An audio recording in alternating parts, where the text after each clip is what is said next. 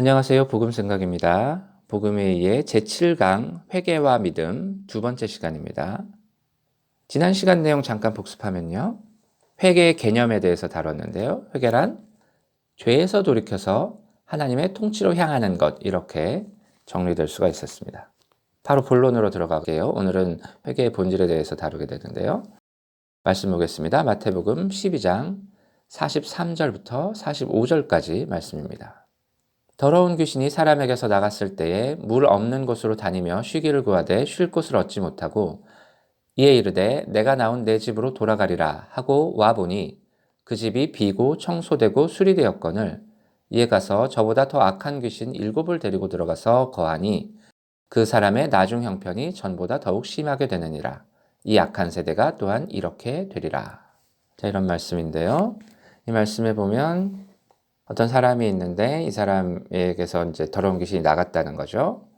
이 귀신이 나갔다가 이제 다시 와 보니까 여기서 집이라는 게 그 귀신 들렸었던 사람을 얘기하는 거죠. 그래서 와 보니까 그 집이 비고 청소되고 수리되었는데 더 악한 귀신 7을 데리고 들어가서 더 망가졌다. 뭐 이런 얘기입니다. 이 사람이 제 죄를 짓다가 죄 가운데 거하다가 말하자면 귀신이 나가고 죄에서 이제 벗어나서 제대로 살아야지, 하나님 뜻대로 살아야지 하다가 더 악한 귀신 7이 들어온다는 거죠. 이게 이해하기 쉽지 않은 이야기인데요.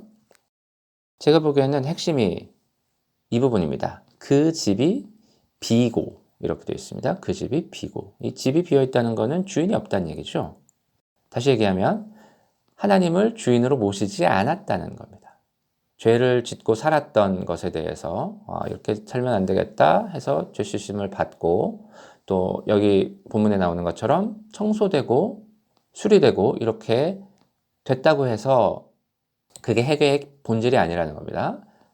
죄 씻음을 받고 청소되고 수리되는 것은 거룩하신 주인을 하나님을 주인으로 모시기 위해서 필요한 일인 거죠. 거룩하신 하나님을 주인으로 모시기 위해서 필요한 일이죠. 그런데 청소하고 수리하기만 하고 하나님을 주인으로 모시지 않는 것은 앞뒤가 안 맞는 겁니다. 무슨 얘기인지 알겠죠? 내가 이런 행동을 했던 게 잘못됐으니까 거기에 대해서 반성하고 내 마음을 청소하고 수리하고 내 마음을 깨끗하게 했단 말이죠. 근데 그 상태에서 하나님을 주인으로 모시지 않는 거예요. 그러면 어떻게 돼요? 더 악한 귀신 7이 들어와서 나중 형편이 전보다 더욱 심하게 된다. 이런 얘기입니다. 그래서 수련회나 집회나 이런 데서 눈물 흘리면서 기도하고 은혜 받았다고 얘기하고 돌아와서는 계속해서 자신의 인생의 주인으로서 살려 하는 사람에게 일어나는 일이 바로 이런 일입니다. 그의 삶이 며칠 동안은 2, 3일 동안은 변할 수도 있습니다. 그러나 그게 지속하지 않고요. 금방 원래 모습 또는 더 나쁜 모습으로 돌아오게 됩니다. 그래서 회개의 본질은 내가 죄 씻음을 받고 내 마음이 청소되고 수리되는 게 아니고 하나님을 주인으로 모시는 겁니다. 내 마음이 청소되고 수리되는 것은 거룩하신 분을 주인으로 모시기 위한 준비예요. 그게 본질이 아니라는 겁니다. 다음 말씀 보겠습니다. 마태복음 11장 28절에서 30절입니다. 수고하고 무거운 짐진 자들아 다 내게로 오라. 내가 너희를 쉬게 하리라. 나는 마음이 온유하고 겸손하니 나의 멍에를 메고 내게 배우라. 그리하면 너의 마음이 쉼을 얻으리니 이는 내 멍에는 쉽고 내 짐은 가벼움이라 하시니라. 이 빈번하게 오해되는 말씀인데요. 수고하고 무거운 짐진 자들아 다 내게로 오라. 내가 너희를 쉬게 하리라. 이 말씀을 여기까지만 인용하고 끝나면 이 말씀을 제대로 이해할 수가 없습니다. 그 뒷절을 다 함께 봐야 되는 겁니다. 그래서 쉼을 얻기 위해서 요구되는 일이 뭐냐를 봐야 되는데요.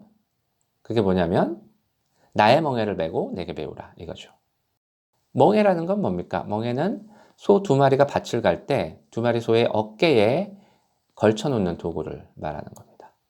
그래서 예수님의 멍에를 맨다 라고 얘기하면 예수님과 내가 한 멍에를 매는 걸 얘기하고요. 그러면 어떻게 돼요?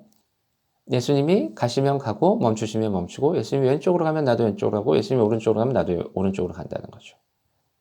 그러니까 예수님이 가는 대로 가고 서는 대로 서고 예수님이 뜻대로 다 움직이게 되는 거죠. 예수님이 내 인생의 주인이 된다는 뜻입니다.